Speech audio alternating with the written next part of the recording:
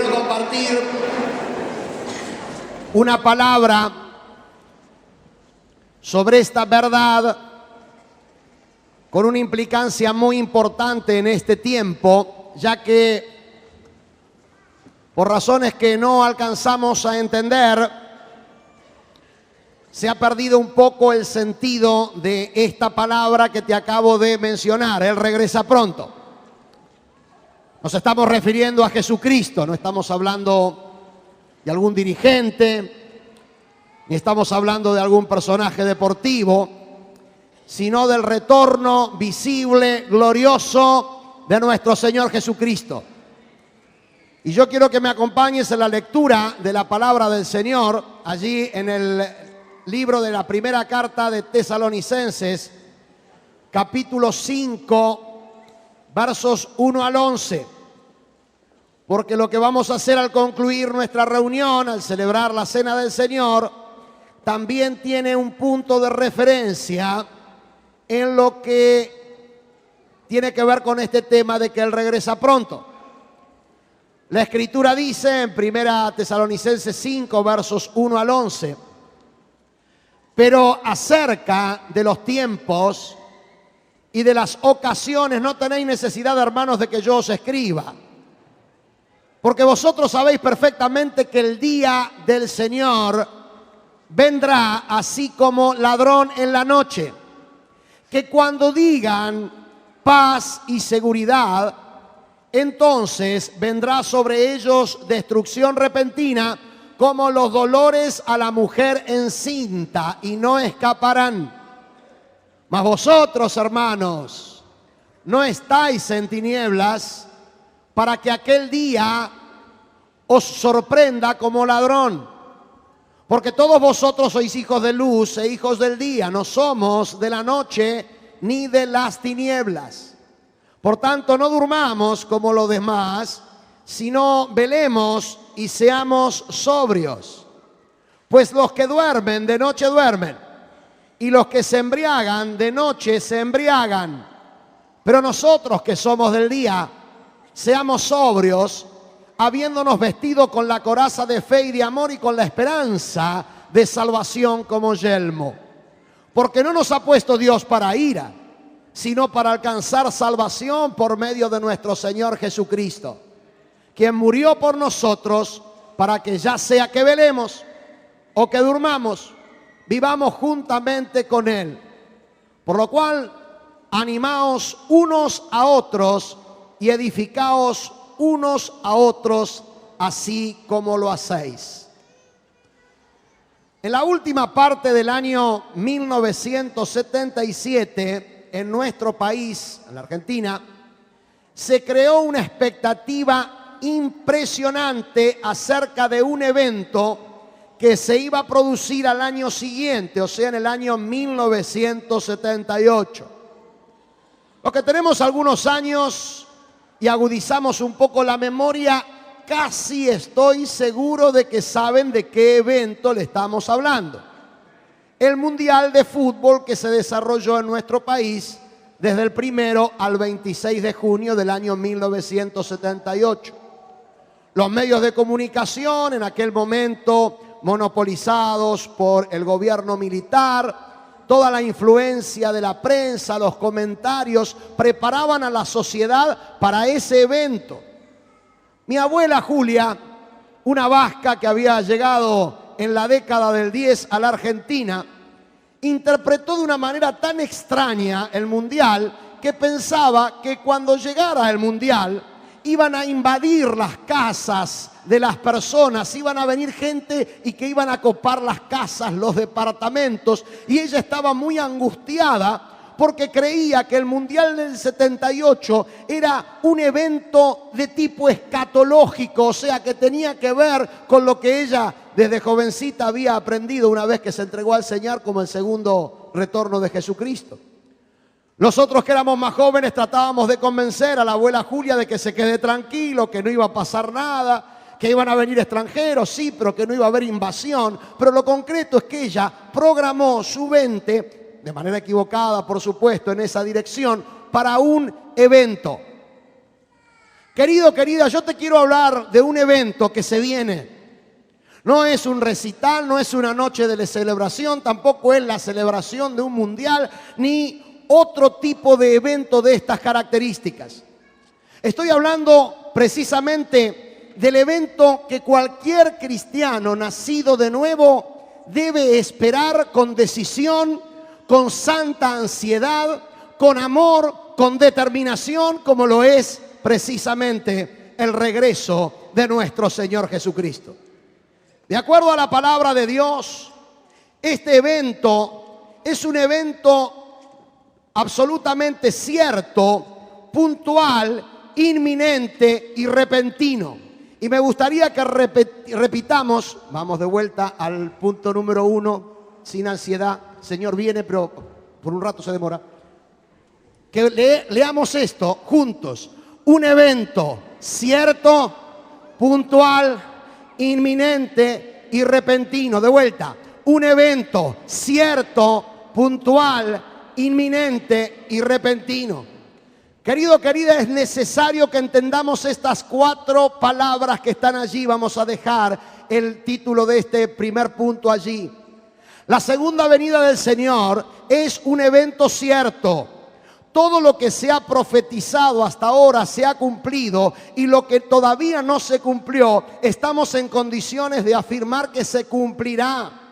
El regreso de nuestro Señor Jesucristo no es un hecho figurado, no es un hecho místico, no es un hecho espiritual, sino que es un hecho concreto, un hecho cierto. Por otro lado, es un hecho puntual, o sea, tiene que ver con un punto determinado en la historia. Por otro lado, es inminente, o sea, puede producirse en cualquier instante. Y finalmente, de acuerdo a la Escritura, es repentino. O sea, es como si fuera en un abrir y cerrar de ojos, se va a producir ese evento.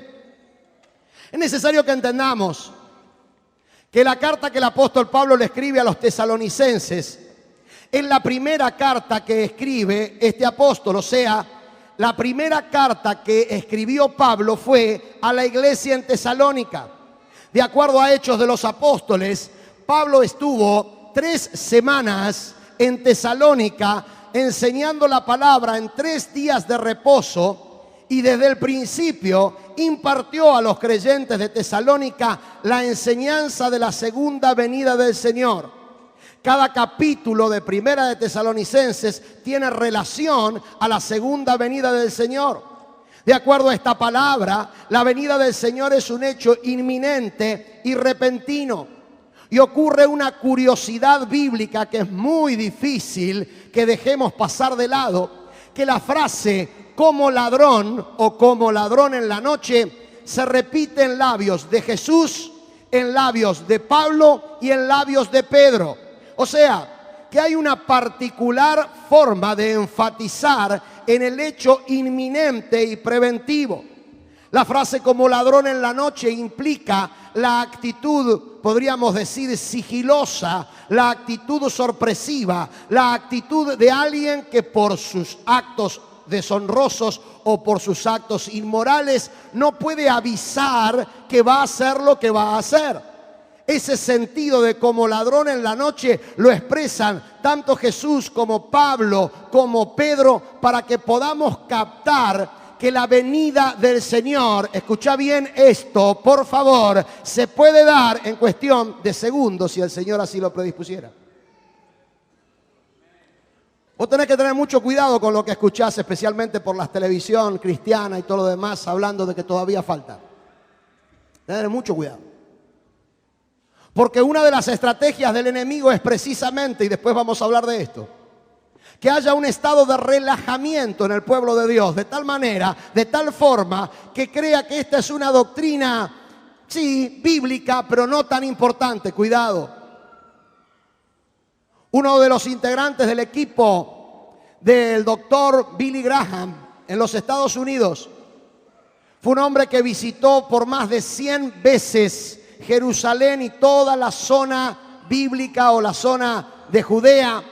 Es un investigador nato de la Biblia, y este hombre pudo determinar, no ahora, sino hace muchísimos años atrás, que de acuerdo a las investigaciones bíblicas más sólidas, todas las condiciones para el retorno del Señor Jesucristo ya han sido cumplidas. Lo que quiere decir, puede venir ya. Muy importante esto. Cuando vos escuchás hablar de la segunda venida de Cristo, no tenés que creer que es un evento posible, que es un evento futuro, que es un evento que te va a superar a ti, mi hermano. Pablo, estando 3 semanas en Tesalónica, le impartió una vigencia de lo que es la segunda venida, que hasta el mismo Pablo no tuvo temor, hermano, hermana, no tuvo temor a quedar descolocado pensando que él mismo iba a estar presente cuando Jesucristo viniera a buscar. Esa era la impresión. Es un evento cierto, es un evento puntual, es un evento inminente y es un evento absolutamente repentino. Pero la palabra de Dios nos dice en segundo lugar que es un evento para vivir en la luz, un evento que nos moviliza a vivir en luz. Los versículos 4 y 5 del pasaje que hemos leído es una palabra que Dios le da a través del apóstol Pablo a la iglesia en Tesalónica, que le da al creyente, que te la da a vos, que me la da a mí.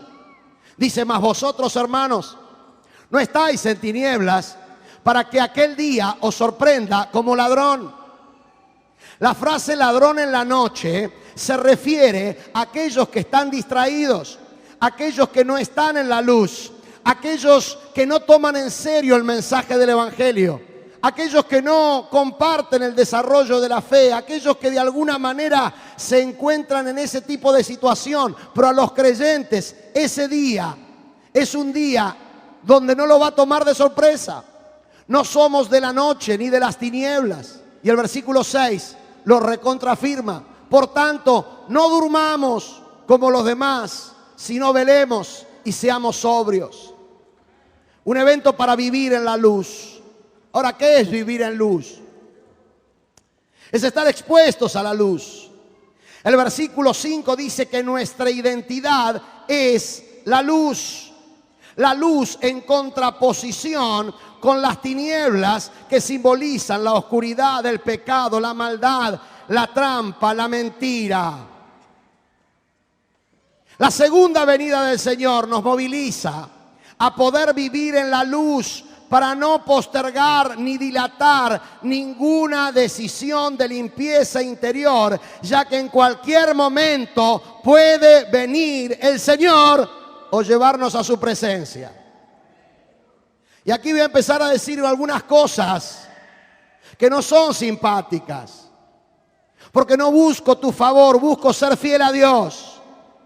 Yo deseo que tú, mi hermano, tú, mi hermana, todos los que están aquí, los jóvenes y los que tienen más edad que los jóvenes, como quien les habla, vivan 50, 60, 70, 100, 150 años más. Ese es mi deseo. Pero ¿sabés lo que te tengo que decir? Que de acuerdo a la palabra, vos no tenés garantizado un día más de vida. Yo no esperaba que todo el mundo diga amén, así que con uno solo me basta. La doctrina de la segunda venida del Señor, más allá de hablarnos de un hecho puntual, cierto, inminente y repentino, es el que plantea la vida para los creyentes, de entender que cada creyente, cada hermano, cada hermana, cada nacido de nuevo por el Espíritu del Señor, tiene que vivir cada día como si fuera el último. Cuando Jesucristo le dice a Pedro que sobre lo que le había declarado lo había inspirado el Espíritu Santo, y tú eres Pedro, y sobre esta piedra, sobre esta roca edificaré mi iglesia, él le dice: y ni las puertas del Hades, o sea, de la muerte, prevalecerán contra la iglesia. Hoy yo veo en general una iglesia en la Argentina que le teme demasiado hablar de la muerte. Una iglesia que cree que hablar de la muerte es piantar votos, como decían los políticos, ¿no? Una iglesia que cree que hablar de la muerte espanta a los creyentes, porque en definitiva los creyentes quieren vivir aquí, en el más acá, lo mejor posible. Y puede ser cierto. Ahora, escucha bien. Cuando el Señor está diciendo esto a través del apóstol Pablo, le está planteando a los creyentes en Tesalónica que porque ellos son hijos de luz, tienen que vivir todos los días en luz, o expuestos a la luz, o bajo la luz. Vivir en luz, querido, te garantiza efectiva comunión con Dios y con el prójimo, y aparte te garantiza limpieza de la sangre de Cristo de cualquier pecado oculto que por la confesión salga a la luz. De eso se trata de vivir en luz. La pregunta que te hago dos preguntas y es la misma. ¿Estás viviendo en luz? Y te hago la segunda pregunta. ¿Estás preparado para la venida del Señor? Porque de eso se trata, ¿eh? Es el evento que estamos esperando. Si vos tenés un poco de memoria, el domingo pasado o cada vez que pasamos a hermanos al agua del bautismo, una de las cosas que le hacemos confesar a través del sí pastor o del amén es: esperas gloriosamente su segunda venida. Mi hermano, yo estoy esperando la segunda venida del Señor, no sé vos. Yo no sé qué vos estás esperando. De acuerdo al panorama bíblico, los creyentes estamos esperando ese evento. Ahora, para eso, tenemos que vivir en luz.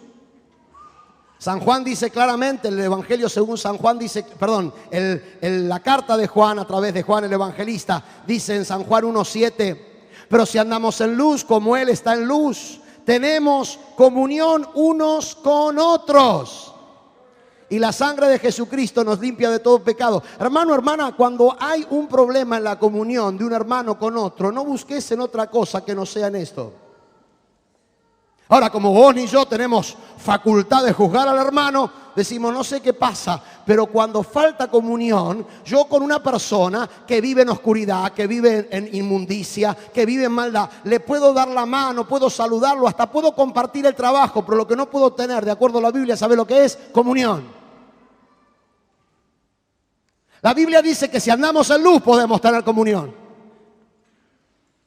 Y podemos tener comunión con el hermano y podemos tener la garantía de lo más importante, que no es la comunión con el hermano. ¿Sabes lo que es más importante? Es que la sangre de Cristo nos limpia de todo pecado. O sea, escucha bien esto, es muy fuerte. La sangre de Jesucristo se aplica en tanto y en cuanto nos expongamos a la luz de Él.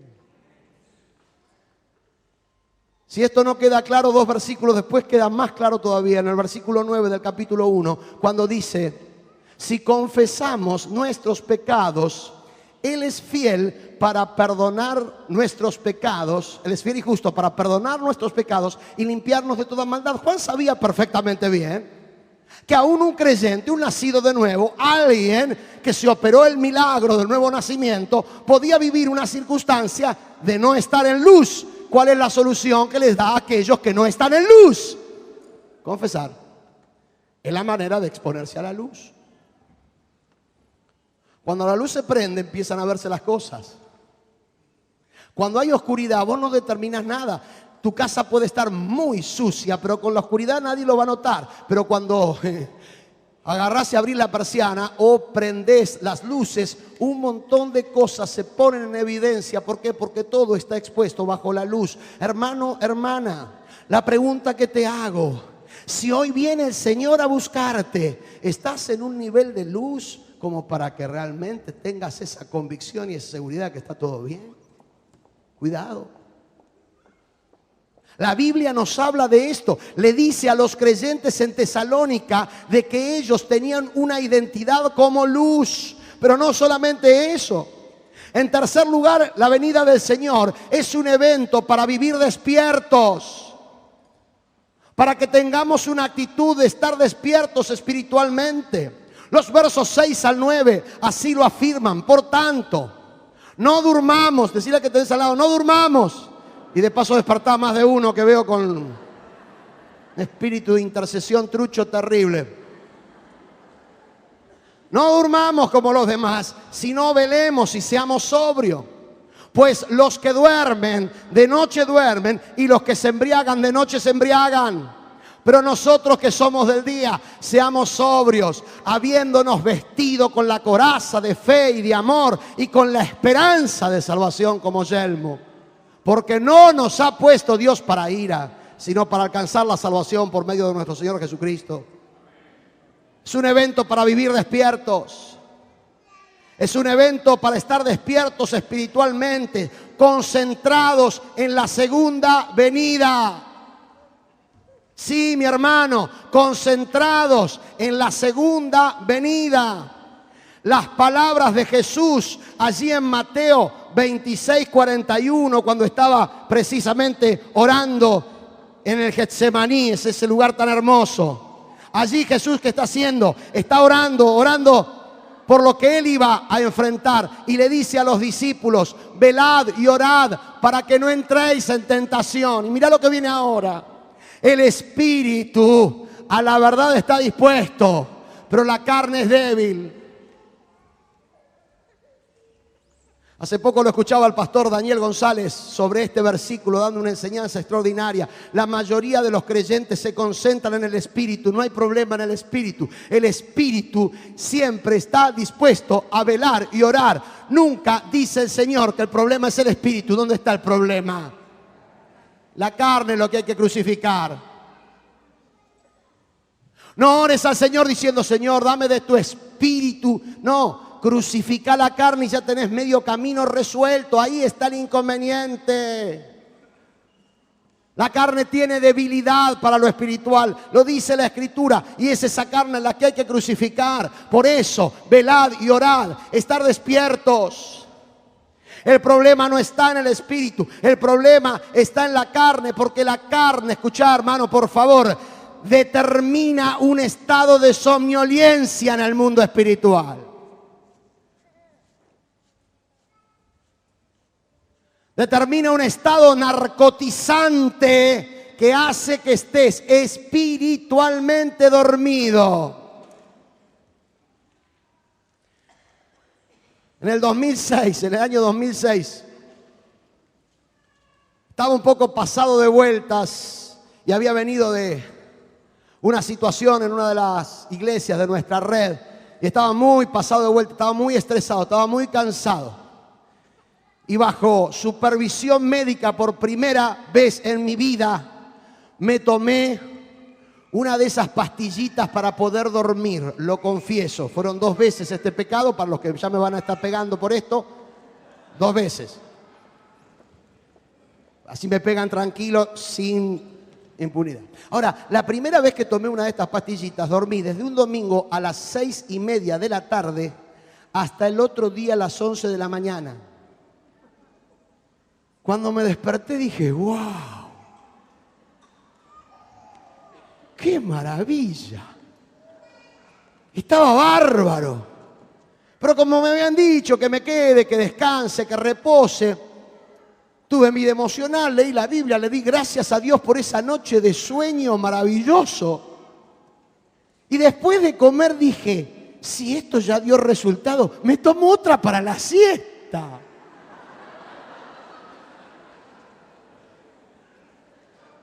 Y me tomé otra. Me desperté a las 9:30 de la noche. Ya la segunda vez yo ya había perdido sentido de la realidad. Y de vuelta dije, ¡wow! Esto es maravilloso. Hasta que el mismo espíritu por dentro me decía, ¿qué estás haciendo?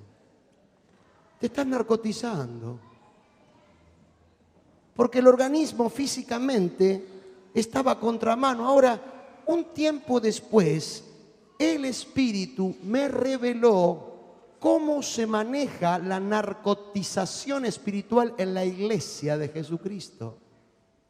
Porque la iglesia de Jesucristo, mi hermano, mi hermana, también tiene algunos somníferos espirituales.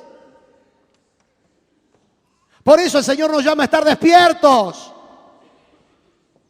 Algunos de esos omníferos espirituales te lo voy a describir rápidamente. Uno de ellos, el más popular en este tiempo, es la gran prosperidad económica de los creyentes. Y ustedes pensarán, pero pastor, ¿eso está mal? No, pero se puede convertir en un narcótico. Pastor, ¿pero qué está predicando? ¿Acaso el Señor no quiere que yo prospere? Claro que el Señor quiere que vos prosperes, pero tenés que tener mucho cuidado.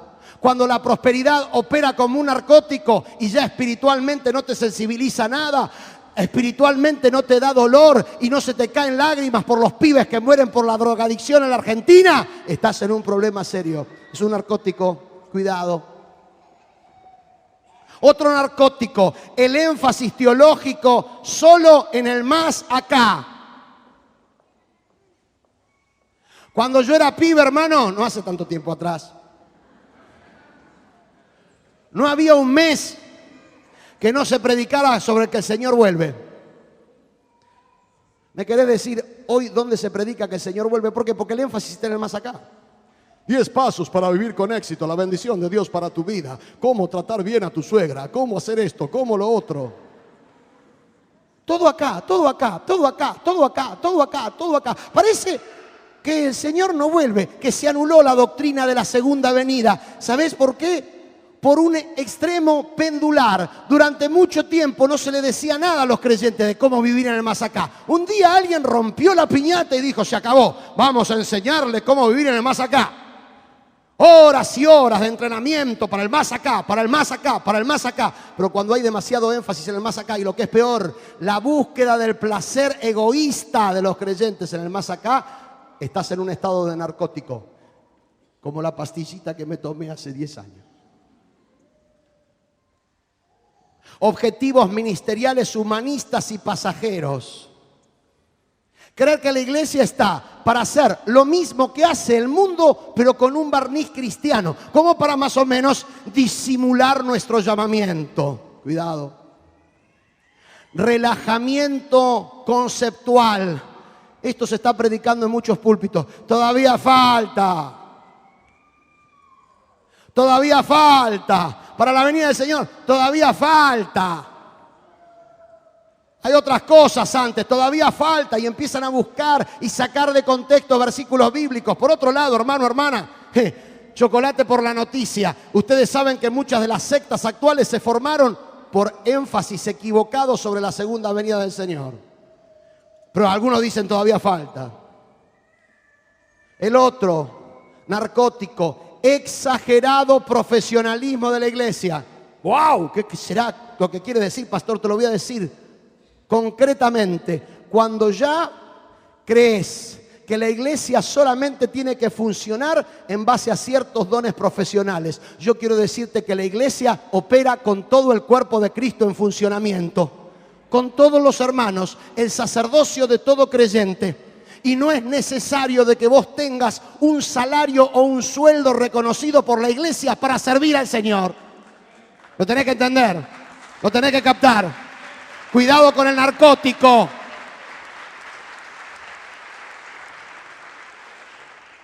Por eso el apóstol Pablo, aún escribiéndole a los creyentes, se anima a decir allí en Efesios capítulo 5, verso 13, mas todas las cosas, cuando son puestas en evidencia por la luz, son hechas manifiestas, porque la luz es lo que manifiesta todo. Y el verso 14, por lo cual dice, despiértate, tú que duermes, y levántate de los muertos, y te alumbrará Cristo. Porque aunque seas creyente, si tomaste la pastillita del narcótico que te acabo de decir, estás como muerto y necesitas despertarte. Es un evento para vivir despiertos. Velad y orad. Sepamos interpretar bien las señales.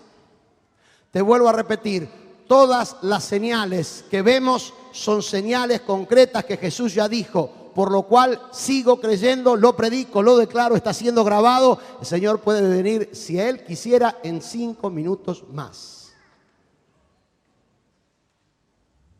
Y finalmente, es un evento para, aunque parezca raro, animarnos.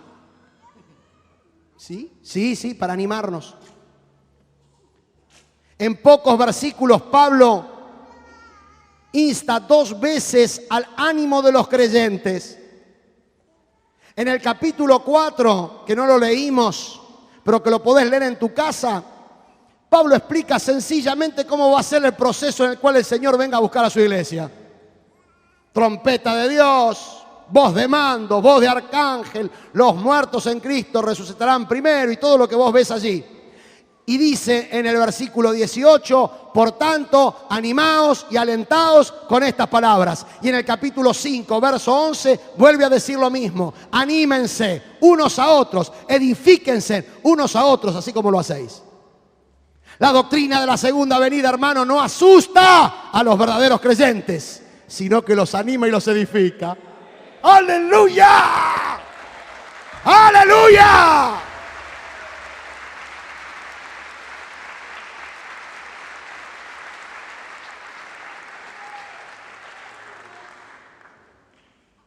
Pero la doctrina de la segunda venida asusta, aterroriza, atemoriza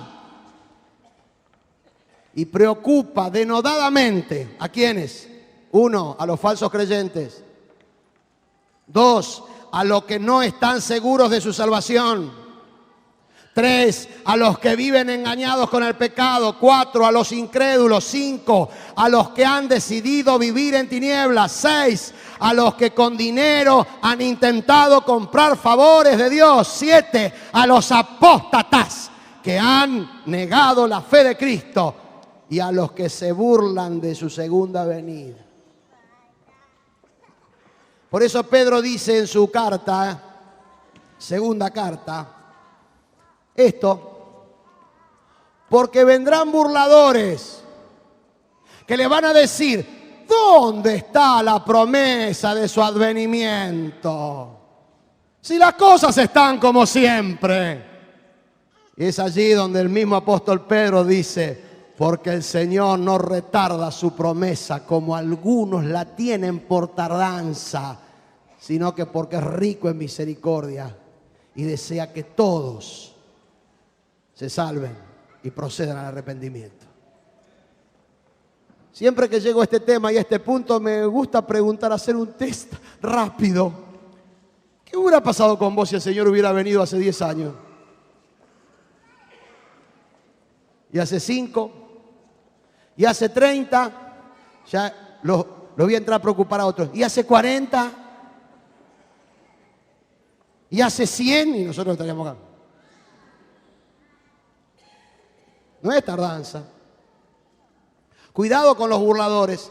Los burladores se van a tener que preocupar. ¿Saben por qué? Porque van a poder comprobar que aquellas cosas por las cuales se burlaron se van a concretar. Y es normal que a gente así los aterrorice la segunda venida. Es más que lo aterroriza, cualquier cosa los aterroriza. Hay un sismo acá, pasando la cordillera. Se mueven un poquito. Es bárbaro, ¿eh? Son esos mismos que después cantan, la victoria mía, ¿eh? ¿Dónde está tu fe?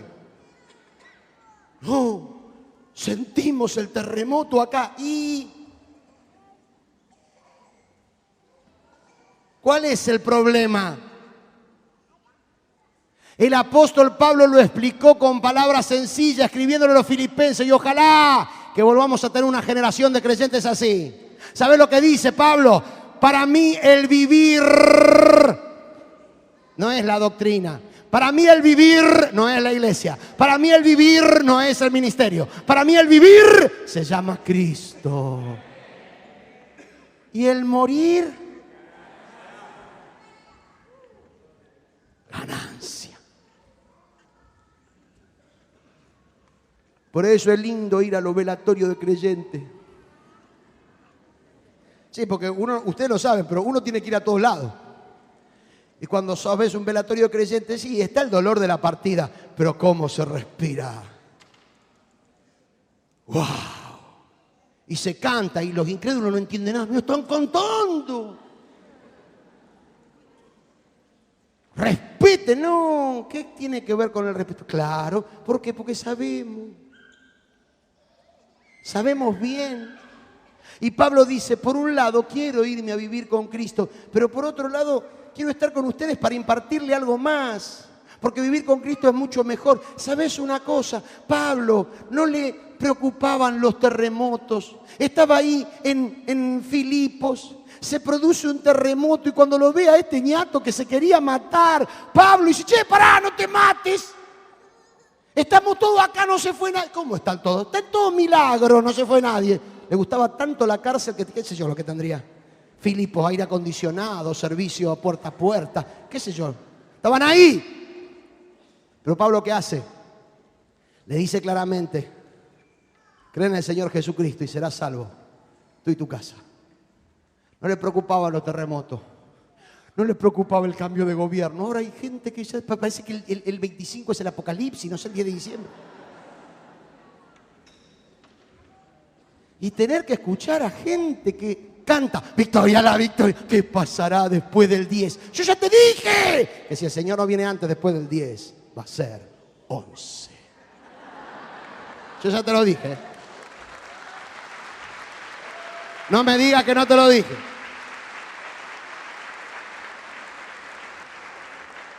Y si el Señor viene antes, mejor, así no hay debate.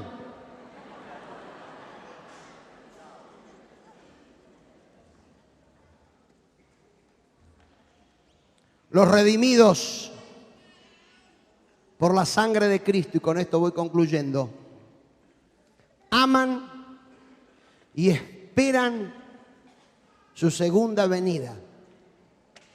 El autor de la carta a los Hebreos lo dice de una manera muy particular. Así también Cristo fue ofrecido una sola vez para llevar los pecados de muchos y aparecerá por segunda vez. ¿Cuánto dicen amén?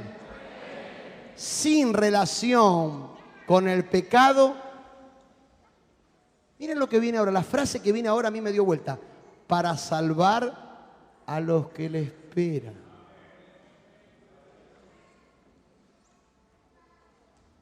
Yo no me voy a meter ahora con cuántos segundos o cuántos días o cuánto tiempo hay después del rapto a la segunda venida. Te lo dejo a vos y a tu investigación. Si te apasiona el tema, es muy interesante. Pero ¿sabes una cosa? Bíblicamente hablando, Jesús viene a salvar a los que le esperan. Por eso es tan importante que vos puedas comprender y alinear tu vida con esto. Quizás alguien esté aquí y pueda pensar legítimamente, pero pastor, esto que usted está diciendo, ¿no le está metiendo miedo a la gente? Mirá, si el tema es meterte miedo para que seas salvo, bienvenido sea el miedo, porque hay que salvarse de una u otra forma, por amor o por miedo. Porque hay algunos que son tan finos y dicen, ay no, eso no. Porque yo sé de lo que estoy hablando, Yo sé de lo que era escuchar cuando tenía 9 años y aún criado en una familia cristiana con temor de Dios, la propaganda de Narciso Ibáñez Menta con el hombre que volvió de la muerte. ¿Se acuerdan? Quédate aquí, querido Chicho. Ten cuidado. ¿No? Era terrible, para mí era terrible. ¿Por qué? Porque para mí era terrible la muerte. Corría, me metía en mi casa cada vez que venía un coche velatorio. ¿Saben hasta cuándo?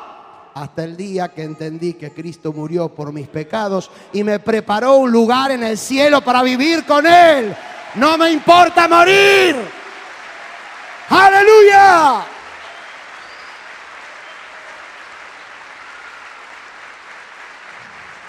Y quiero que Él venga. Y quiero que Él venga. Estoy comprometido a esperar ese día glorioso. Quizás vos o yo lo veamos venir y seamos arrebatados, como dice Pablo, o no. En definitiva, no es un tiempo que nosotros sepamos. Es un misterio, querido, querida, que aún el mismo Señor Jesús dijo que ni el Hijo sabía, sino solamente el Padre. Pero te quiero decir que ese día viene.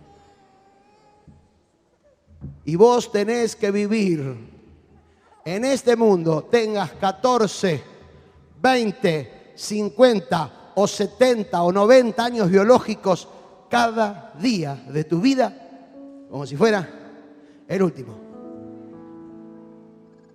Porque cuando Él venga se terminó todo, ¿eh? Cuando Él venga se baja la cortina. El Espíritu Santo esto me lo hizo ver hace 32 años atrás. En una ilustración que algunos conocen, pero como dice Mirta Lográn, el público se renueva, voy a contarlo de vuelta.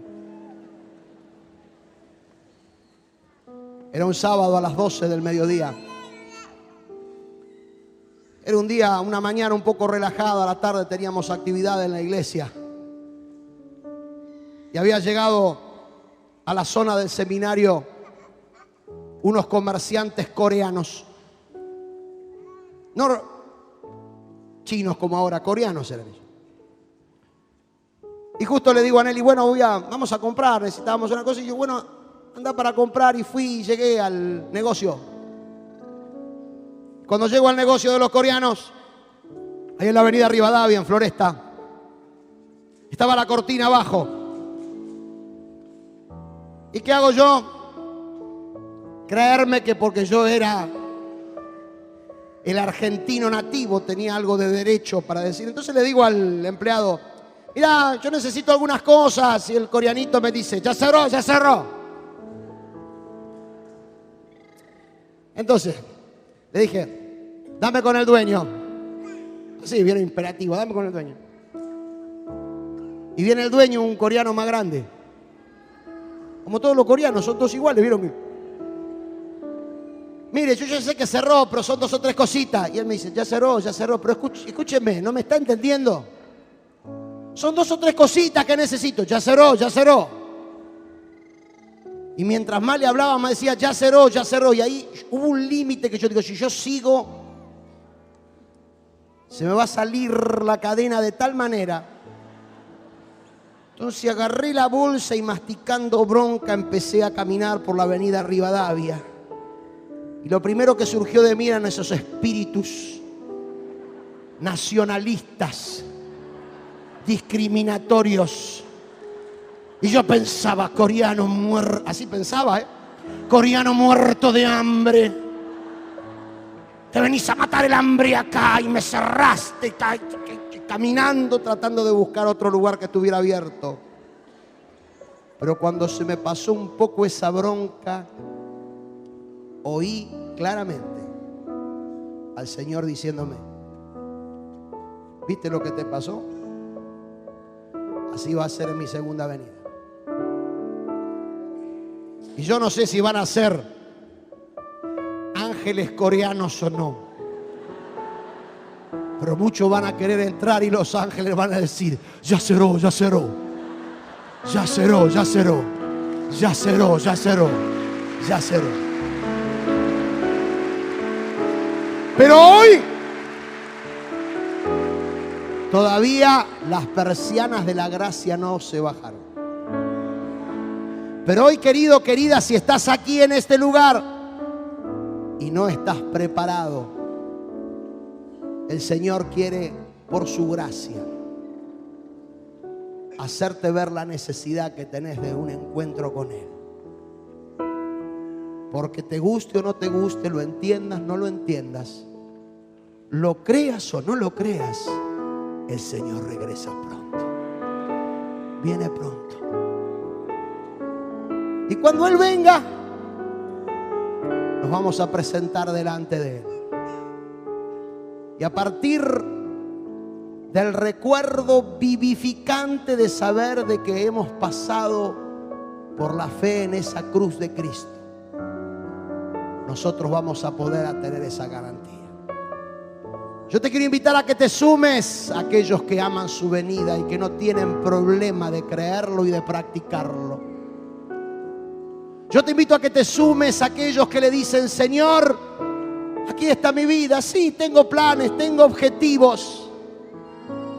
La palabra de Dios dice que la segunda venida va a ser como en los días de Noé. ¿Sabés qué pasaba en los días de Noé?